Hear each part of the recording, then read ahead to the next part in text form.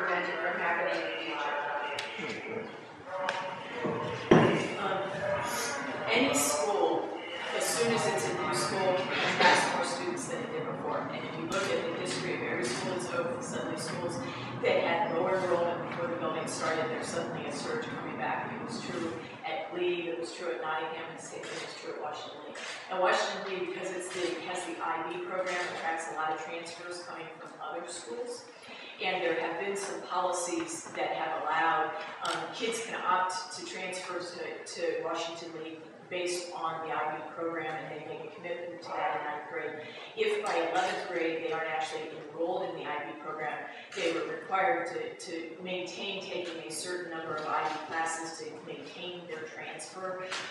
We just modified that proposal for the next school year to make it a little bit harder because there were a lot of kids who are availing themselves of that transfer. I think we're also going to see, once Wakefield comes online, we're going to see this. We're going to see the same migration clinic. We're going to see that population go up, and I think it's going to even out the population of different schools.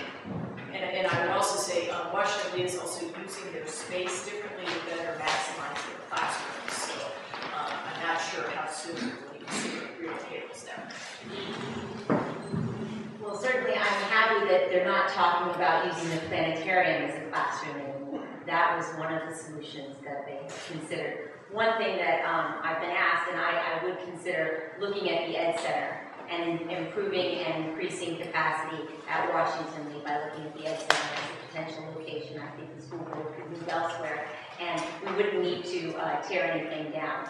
I'm really concerned about not planning properly and then investing $130 million and having 500 more students than we expected. Washington Lee is an example of what we did wrong. I'm terribly concerned that we might make that same mistake at Wakefield. When you go to taxpayers, 80% who don't have kids in the schools, and you ask them to invest their money long-term in what they would like to consider an asset, you need to make sure that that asset has long-term value. So, but I would be honest to say, or I'd be remiss to say that a lot of the money that could have been spent on classrooms at Washington Lee was spent on motion sensor lighting, a swimming pool that's not solar heated. I think poor planning all around. We require from there's a lot more communication with the community. I think Wakefield's going to be a lot greener school, but I still believe that overall, you as citizens are going to continue to deal with this issue if we continue to take buildings and give them away and not use them as schools. We have plenty of buildings here in Arlington right now that would be excellent substitutions or fill-ins for schools.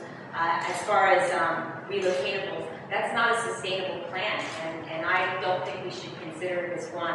I think we need to really consider the capital improvement projects when we do them and make sure that they have a long-term plan attached to them. And I definitely do think that the county needs to start speaking to the schools.